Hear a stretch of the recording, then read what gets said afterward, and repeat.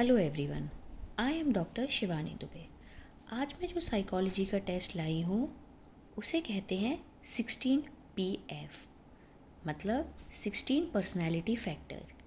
ये टेस्ट है फॉर्म ए और बी, ऐसे ही फॉर्म सी और फॉर्म डी में भी टेस्ट आता है जो स्कूल स्टूडेंट्स या कॉलेज स्टूडेंट्स के लिए होता है। Form A and B is for the higher range के पीपल के लिए। जैसे आप देख रहे हैं ये टेस्ट इसी तरीके से फॉलो किया जाता है। क्वेश्चन पढ़ेंगे आपको लगता है किसी भी कॉलम में आंसर है तो आप मार्क कर सकते हो।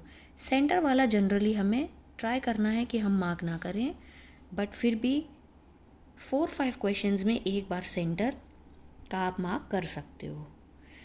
टोटल यहाँ पे 187 क्वेश्चंस हैं। एक बार जब सारे क्वेश्चंस मार्क हो जाते हैं तो हम इनका इंटरप्रिटेशन करते हैं। अब आते हैं टीचर या स्टूडेंट जो MA या BA कर रहे हैं। जब किसी क्लाइंट या स्टूडेंट ने ये शीट मार्क कर दिया, फिर हम इससे पर्सनैलिटी के बारे में पता लगाते हैं। सबसे पहले जानते हैं कि ये जो फैक्टर्स हैं 16 वो क्या हैं।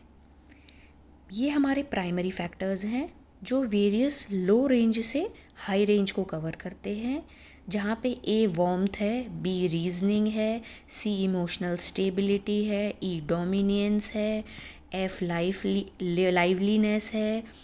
ऐसे ही करते हुए हमारे पास ये टोटल 16 फैक्टर्स हैं।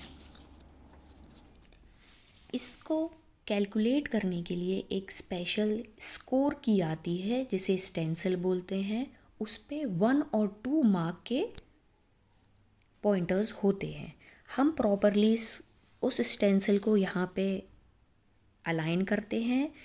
फिर जहाँ पे 1 आया, जैसे मान लीजिए इस आंसर पे 1 पॉइंट था तो हम 1 दे देंगे। इस पॉइंट पे कोई भी मार्क नहीं था तो ये आंसर निगलेक्ट हो जाएगा।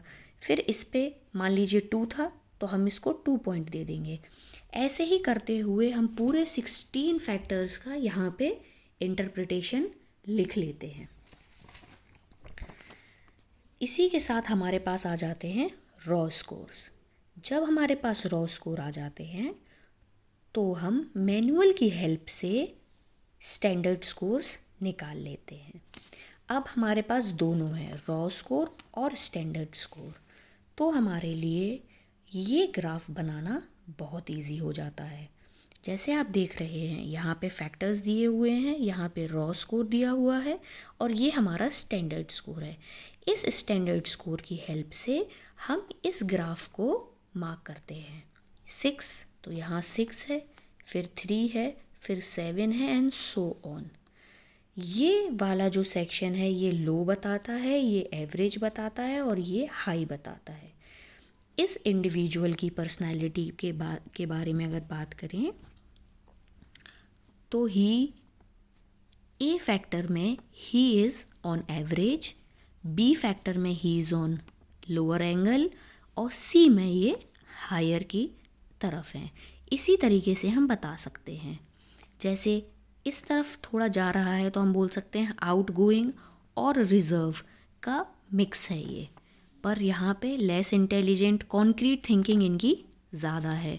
जबकि अगर हम बात करें तो इमोशनल स्टेबिलिटी या काम नेचर के भी ये हैं। ऐसे करके हम बाकी सारे 16 फैक्टर्स को इंटरप्रेट करते हैं एक ग्राफ की मदद से। Thank you.